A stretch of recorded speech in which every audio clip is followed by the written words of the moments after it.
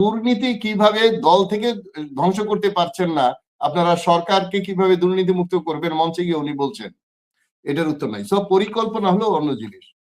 আর আমি বলবো রাজার ছেলে রাজা হবে না, এর অর্থ রূপক অর্থ হলো গোষ্ঠীতন্ত্র, পরিবারতন্ত্র এই দেশ থেকে উৎখাত করা হয়েছে। আমি কি আই হ্যাভ এ প্ল্যান বলবো না উই হ্যাভ এ প্ল্যান বলবো, এই পরিকল্পনা ওনার ছিল না। মানে মঞ্চে থেকে কেউ বলে দিছে যে আপনি আই বললেন না উই বললে ভালো হয়। কেন একটা পরিকল্পিত কথা ওখানে ভুল হবে?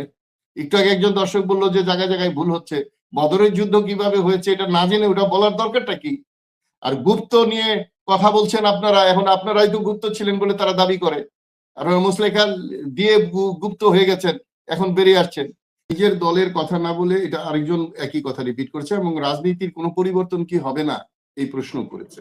হবে, ভোটাররা যদি সচেতন থাকে, এবার যখন দেখবে যে কে কত ভোট পেয়েছে, কি কারণে ভোট কমেছে, এগুলো যখন তারা রিসার্চ করবে তখন সেগুলো পাবে। আর আপনার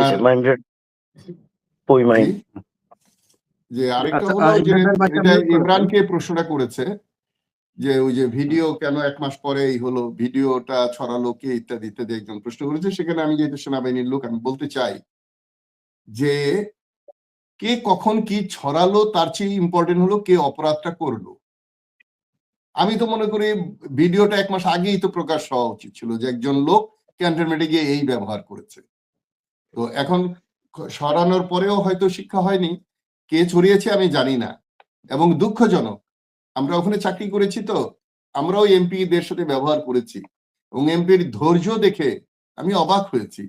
তো ওইখানে যে দুর্ব্যবহার উনি করেছেন, তো সরি বললেই কি পাকা খেতে মানে মলম দিয়ে মারাই করে সব নষ্ট করে দিয়ে সরি বললেই হবে? আর একজন এমপি, একজন সংসদ সদস্য ব্যবহার কি এটা হতে পারে? সো কে প্রচার করলো না করলো এটা ইম্পর্টেন্ট না, ইম্পর্টেন্ট হলো অপরাধটা ঘটেছিল কিনা, অপরাধ ঘটলে ওনার মনে কোনো পরিবর্তন হয়েছে কিনা। যাই হোক, এটা নিয়ে ইমরান হয়তো আরো ভালো করে বলবে। আর আমি ওই রাজার ছেলে রাজা হওয়ার কথা তো ইব্রাহিম ভাই আগেই বলে গেছেন, আমাদের দেশে রাজা নাই, কিন্তু রাজার আর হওয়ার সম্ভাবনা নাই, এরকম একটা বক্তব্য ইব্রাহিম ভাই, আমি যদি ভুল না শুনে থাকি, করে গেছে। আমি ইব্রাহিম ভাইকে বলতে চাই, রাজা আছে, রাজার পোশাক আর মুকুট এখন নাই।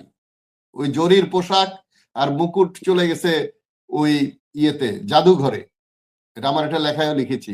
কিন্তু অ্যাটিচিউড, চরিত্র, রাজাগিরি এগুলো রয়ে গেছে। এগুলো আমরা শুধু আপনার দলে না, আগে যে আওয়ামী লীগ ছিল তাদের মধ্যেও রাজা প্রজার ব্যবহারই আমরা পেয়েছি। সুতরাং রাজা, এখানে রাজার ছেলে রাজা হবে, রাজা নাই এটা বললে হবে না। এখানে বলা হচ্ছে যে দায়িত্বে নিয়েছে, পরবর্তী দায়িত্ব তার ছেলে নিবে, মেয়ে নিবে, ছেলে তো নয়, মেয়ে রেডি হচ্ছে, এইগুলো বলা হচ্ছে। কেন অন্য কোনো মানুষ, বাংলাদেশের নাগরিকদের মধ্যে থেকে কি পরবর্তী জেনারেশন আসবে না? এটাই বলা হচ্ছে। বংশক্রমেই শুধু ক্ষমতা যাবে, ওটাকে রাজার কথা বলা হচ্ছে। এটা আপনি হয়তো রাজা দেখছেন না চোখে, আপনাদের চোখে দেখার কথা না, আওয়ামী লীগ অনেক কিছু দেখে নাই, পরে এটার প্রায়শ্চিত্ত করতে হয়েছে। এখন আসলে আমি একটা ছোট্ট প্রশ্ন আপনাকে করেছিলাম, বিশ্বাস করেন প্রশ্নটা আমার অন্তরে, প্রশ্নটা আমি খুঁজি। আপনাদের যে 10 দফা ডিক্লেয়ার হয়েছিল ওয়েস্টিনে, আমি দাওয়াত ইসলামে গিয়েছিলাম, 31 দফা যে হয়েছে সেটাও দেখেছি।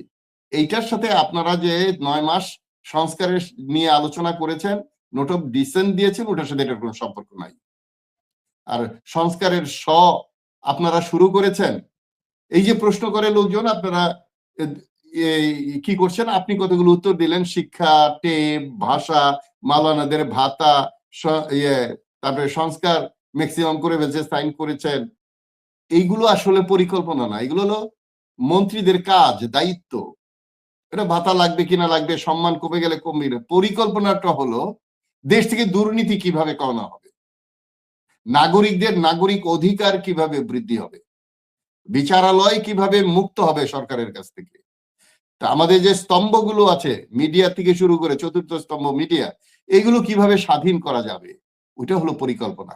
মানুষ ওইটা আশা করেছিল তারেক রহমান এসে বলবেন যে এইগুলো কি হবে, আর আপনি শিক্ষার বেতন বাড়াবে, এই করবে, তথাকথিত কার্ড দিবেন, এগুলো আপনি বললেন। এটা কিসের পরিকল্পনা? এটা কি পরিকল্পনা? এটা রাষ্ট্রের পরিকল্পনা। যদি একটা মন্ত্রী কি করবে এটা না, সার্বিকভাবে দলটা কিভাবে দেশটাকে পরিবর্তিত করে দেশটাকে নতুন বাংলাদেশে করতে পারে সেটা হলো পরিকল্পনা। আপনি আর কথাও বলেছেন, আমিও কথা বলেছি। এখন জনগণের দায়িত্ব হলো যে সঠিক কোনটা এটা খুঁজে নেওয়া। আপনি দেখেন, আপনি বলছেন সবাই কন্ট্রোল হয়ে যায়, এটা হয় কি ওই আওয়ামী লীগ এটা বুঝতো না, কন্ট্রোল তো আপনারা হচ্ছেন। এই যে একটু আগে লোক বলল যে আপনারা চাঁদা নেয়া বা ওই ভোটের টাকা ডিস্ট্রিবিউশন করতে গিয়ে মারামারি কাটাকাটি হচ্ছে। আমি একটু আগে আমারও মনিটরে দেখতেছিলাম যে চেয়ার নিয়ে মারামারি কাটাকাটি হইচই চলছেই। তাহলে এই দুর্নীতি কিভাবে দল থেকে ধ্বংস করতে পারছেন না, আপনারা সরকারকে কিভাবে দুর্নীতি মুক্ত করবেন মঞ্চে গিয়ে উনি বলছেন, এটার উত্তর নাই। সব পরিকল্পনা হলো অন্য জিনিস। আর আমি বলবো রাজার ছেলে রাজা হবে না, এর অর্থ রূপক অর্থ হলো গোষ্ঠীতন্ত্র, পরিবারতন্ত্র এই দেশ থেকে উৎখাত করা হয়েছে। আর কাউকে পরিবারতন্ত্রে ঢুকতে দেওয়া হবে না। আপনি একজন সাধারণ মানুষের কথা শুনছেন, টেনে নামানো হবে। আমিও বিশ্বাস করি আর কখনো বাংলাদেশে কোনো স্বৈরাচার স্থান পাবে না। আপনারা বলছেন কার্ড দিবেন, আরেকজন ফ্যামিলি কার্ড, আর ওনারা বলছেন না আমরা ফ্যামিলি মেম্বার বানাবো আপনাদেরকে।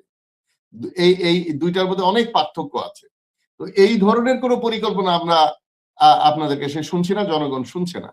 ভোট কাকে দিবে, জনগণ কিভাবে ভোট দিবে, কে রাজার ছেলে রাজা হবে না রাজার মেয়ে রাজা হবে, সেগুলো জনগণ বাছাই করতে পারবে। সেই যোগ্যতা জনগণের মধ্যে হয়ে গেছে বলে আমি বিশ্বাস করি। আপনারা যদি এগুলো বুঝতে না পারেন, আপনারা যদি জনগণকে বলেন যে কি প্রশ্ন করলো আমি বুঝতেই পারলাম না, এই অবজ্ঞা কিন্তু আগের দলটা করেছিল। আগে টকশোতে আসলেই শুধু আওয়ামী লীগের লোক পেলেই মানুষ প্রশ্ন করত। এখন আপনাদেরকে পায়, আপনারা বড় দল, আপনাকে প্রশ্ন করে। আপনারা হয় প্রশ্ন শোনেন না, নালে প্রশ্ন এড়িয়ে যান, নালে আপনারা নিজেরাই বোঝেন না। যেমন আমি পরিকল্পনা নিয়ে আপনার কিছু পাই নাই। যেভাবে 17 বছর পরে মঞ্চে এসে বললো I have a plan, we have a plan. এমন কি আমি কি আই হ্যাভ এ প্ল্যান বলবো না উই হ্যাভ এ প্ল্যান বলবো, এই পরিকল্পনা ওনার ছিল না। মানে মঞ্চে থেকে কেউ বলে দিছে যে আপনি আই বললেন না, উই বললে ভালো হয়। কেন একটা পরিকল্পিত কথা ওখানে ভুল হবে? একটু আগে একজন দর্শক বললো যে জায়গায় জায়গায় ভুল হচ্ছে। বদরের যুদ্ধ কিভাবে হয়েছে এটা না জেনে ওটা বলার দরকারটা কি? আর গুপ্ত নিয়ে কথা বলছেন আপনারা, এখন আপনারাই তো গুপ্ত ছিলেন বলে তারা দাবি করে। আপনারা মুসলেখা দিয়ে গুপ্ত হয়ে গেছেন, এখন বেরিয়ে আসছেন। এখন আরেকটা দল যদি গুপ্ত হয়ে ছাত্রলীগের ভিতরে গুপ্ত হয়ে তাদের যান বাঁচানোর জন্য হয়, তাহলে তাদের কৌশল, আপনারা অন্য একটা ভালো কৌশল বের করেন। সুতরাং তারিক জিয়া দাঁড়িয়ে দাঁড়িয়ে মঞ্চে যতগুলো কথা বলছে সেইগুলো ক্লিয়ার করতে আবার মানুষ সুযোগ হচ্ছে। এই যে হ্যাকিং এর কথাটা বলা হলো, যে আমার হ্যাক হয় নাই, উনি কিভাবে জানলেন হ্যাক হয় নাই? এটা একজন যে প্রধানমন্ত্রী হবে দেশের, উনি মঞ্চে লক্ষ লক্ষ কোটি কোটি মানুষের সামনে দাঁড়ায় বলে দিল এটা হ্যাক হয় নাই, এটা মিথ্যা। এই 2 দিন পরে আমরা দেখলাম যে না, এটা হয়েছে এবং একজন এটাকে অ্যারেস্ট করা হলো। যাই হোক, আমি পরিশেষে একটি কথাই বলতে চাই, এবং টকশোতে যারা আমরা আসি এবং যারা টকশো পরিচালনা করছে তাদের অনেক দায়িত্ব, তারাও গণতন্ত্র নিয়ে অনেক কাজ করছে। আমি শুধু ইব্রাহিম ভাইকে বলবো যে ভাই, আওয়ামী লীগের কাছ থেকে শিক্ষা নেন। আওয়ামী লীগ যা করেছে আপনারা যদি তা করেন তাহলে ফেল হবেন। আওয়ামী লীগ যা করে নাই আপনারা তা করেন। আওয়ামী লীগ যা করেছে সেগুলো থেকে শিক্ষা নিয়ে নতুন রাজনীতিতে না আসলে এই বাংলাদেশের সচেতন মানুষ আর কাউকে ছাড় দিবে না।